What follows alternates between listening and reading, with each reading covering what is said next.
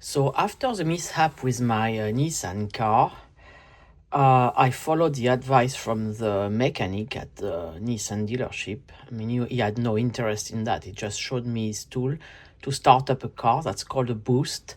I went ahead and I bought one. So he advised this brand, Boost, Noco. It was not called Noco on his picture that I will put here. It has another name, but it's the same company. It's Noco Boost. And I went ahead actually and bought an upgraded version that they make now, which means that works in extreme cold. That's the X series. So it's a little more pricey. I was wondering why, and I just checked all the description, and actually that works in cold weather. So it means I can leave that stuff in the car and the battery will not degrade. It will go down, I mean the charge will go down, but it will not damage the battery.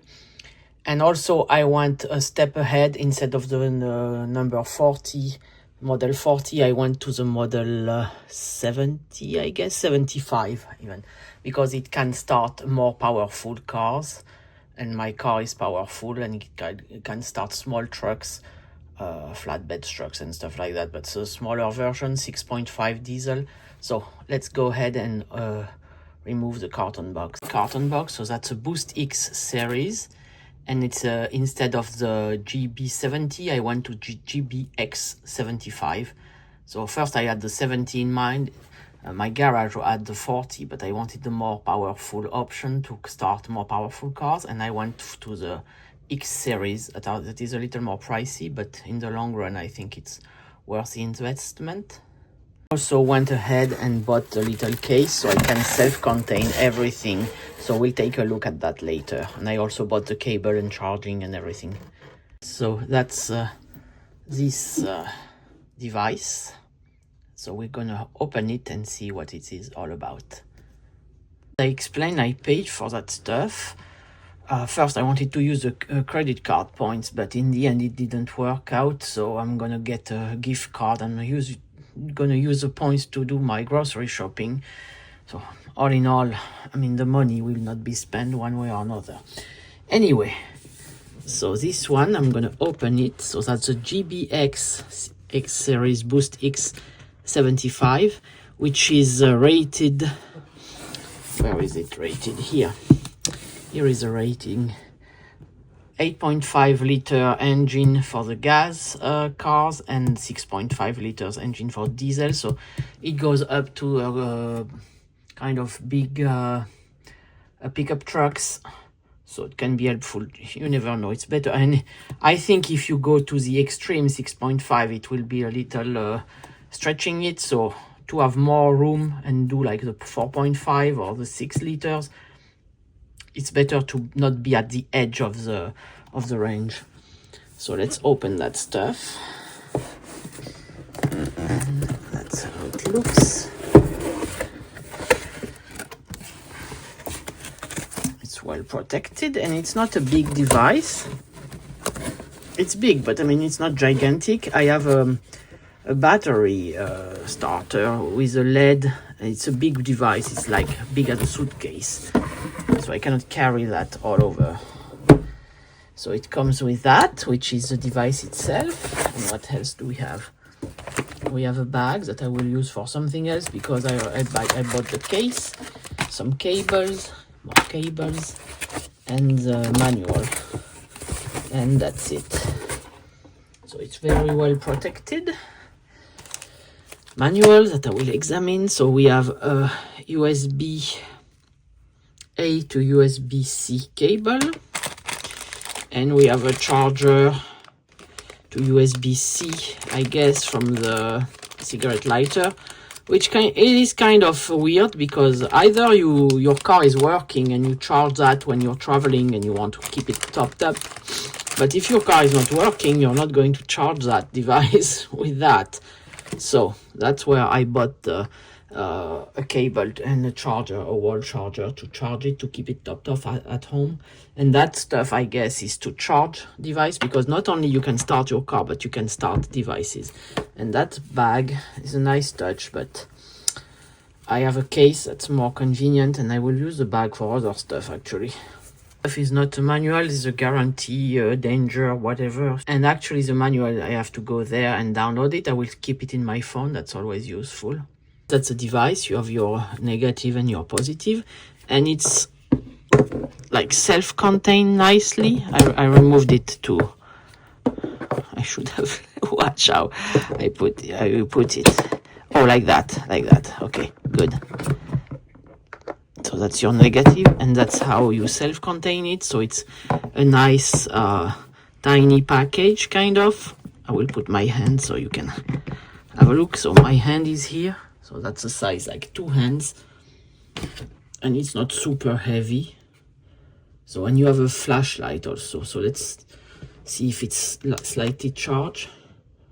Yeah, it's not charged to the rim, but it's like a little charge. See, it's not enough to charge the... And there you have your USB-A out. So if you want to charge your phone, that's where this little cable comes in handy. You plug that in, because C to C wouldn't work because of that. Oh, it's also an in and out, and it's a USB-C. So I take back. So to charge it, you need you can even use that if you have a to C charger. If you have an A charger, you can put that, but it will be slower. Or you can charge it the opposite way, but this doesn't make sense. So it would be in with a USB-C, and you can charge your phone USB-C to USB-C. So that's not bad, and that's for older device or non-fast charging device, I get. But that's in and out a USB-C, so that's why I bought the cables, because this cable is just to charge outside device. It's not to charge this one, because this one you would prefer to have a fast charger. So I went ahead and I bought this Anker C charger. I like the brand Anker. It's like a good, reasonable price quality. And we have this little charger that I will keep everything in the little case I bought. So that's an Anker, and I have like 3 outlets, 2 C's, fast charging C, so 65 watts. Charging C, so it's IQ, or there is another name for that, but I don't remember. So it's a fast, and also a USB-A, so I can use for multiple device. And to charge that C to C, I have a bunch of those cable. I didn't buy that on purpose, I had it around. So it's C to C, and it can go out also to charge from the device to my phone, for example. I can use that from the out here, or in to charge this device here, and here out with this cable. So I have all the cables I need, and that would be to charge the device on the go, but with a functioning car, of course. And you would put it here in the C from your cigarette lighter. So I think I covered everything. So I'm gonna charge it and also download the manual to see if there is something I need to know. Also, to complete, that's a case that's made for it. That's for this GBX75. So that's a case. I'd rather a case than a pouch, because it's first it's zipped, so you cannot lose anything, as opposed to just the string are pulled and you can lose little tiny stuff. And also it's self-contained and you can carry it, so that's it. So let me have a look. It's a little tight here. Here we go. Here we go. Let's do that. Here we go. So you have here to put your device, here room for the chargers, and on that part I think you have cable management. You can like put your cables in here, so that will be self-contained. I like that. And in my car it doesn't take much space because it's kind of small compared to the device, so it's like 3 hands, so it's perfect. I read the manual and they say it can be a turbo charge, but for that you have to use a USB-C, of course, and a 60-watt charger, which is perfect because I bought this charger on purpose and it's 65 watts. I don't know if you can read that, but it's 65 watts. So I'm gonna use that and charge it. Also this 65-watt cable, because not every cable is equivalent. Everything is very complicated with this cable, so I bought the same brand 65-watt USB-C cable. I bought the 3-feet version, 1 meter, because it's enough. I don't need that much length. It is charging from the wall here. I plugged my little charger, my cable, and you can see the symbol, meaning it's charging, so we'll see how fast it will charge. No clue about that. So, because I just watched the video, and when this stuff is lit up, it means it's fast charging, and you need this 65 or 60 watts able charger, which is my case. So that means it's fast charging. If I had the USB-A or whatever, less fast charger, it wouldn't be lit up. Only that would be blinking. Actually, I come back to my phone. I was absent like 2 minutes. It was still charging, so it's less than 20 minutes. It went to, I think, mid-charge because it was orangey, to full charge. Less than 20 minutes with a fast charger.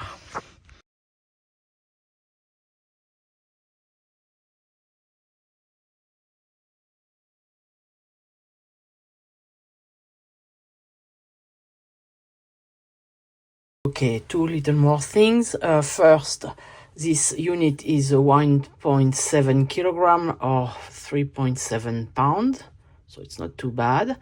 And second, they say that it holds the charge for up 70% charge up to 1 year, and they recommend charging it every 4 to 6 months after the initial charge, which I use, or even if you use it, of course, it will discharge.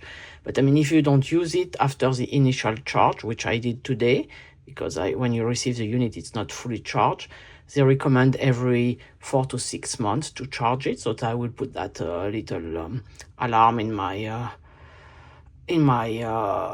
calendar in the phone, so it can remind me of that. And also, they don't recommend storage below -4 Fahrenheit, -20 Celsius, and above 50 Celsius, which is like 200 something, 250 or something, whatever. I mean, 50 Celsius. So in summer, maybe I will remove it because it can get hot in the car. And in winter, unless we have a cold blast, which is not super frequent in New Jersey, I should be able to leave it in the car. I downloaded all the manuals. I read all the manuals. I downloaded, screenshot everything I could, and I will keep that in my phone. But it's really easy to operate. Other than that, when it's charged, you just plug it plus and minus, and it doesn't matter if you make a mistake because it has a protection. So technically, unless you press this override button that removes all the protection, everything is automated, so you cannot make a mistake. And there is also a flashlight, forgot to mention, with different modes. Here we go. So I'm going to put it away and put a little alert in my phone so I can charge it regularly. Here we go. Fits nicely. And I will put its own little brick. I prefer to have a dedicated brick so I don't fumble and say, oh my gosh, where is my brick? So it's better to have this stuff. It stays with that, and I can still use it if I'm on the go. I can still use that stuff to charge my phone, to charge whatever. But at least I have it in residence, if I might say so, with the unit, so I know that it's there and that's it. And as a backup plan for any other device, if I forgot my charger and I'm traveling or something, I know that I have a backup in the car. I put the cables, the little anchor manual. I would have loved to have the manual of that, but there is no paper manual, so whatever. So here it's contained and we have room for more items if needed. And here you have the unit itself. It's a little USB brick and a USB cable. And we're all good. How it looks self-contained, I like that.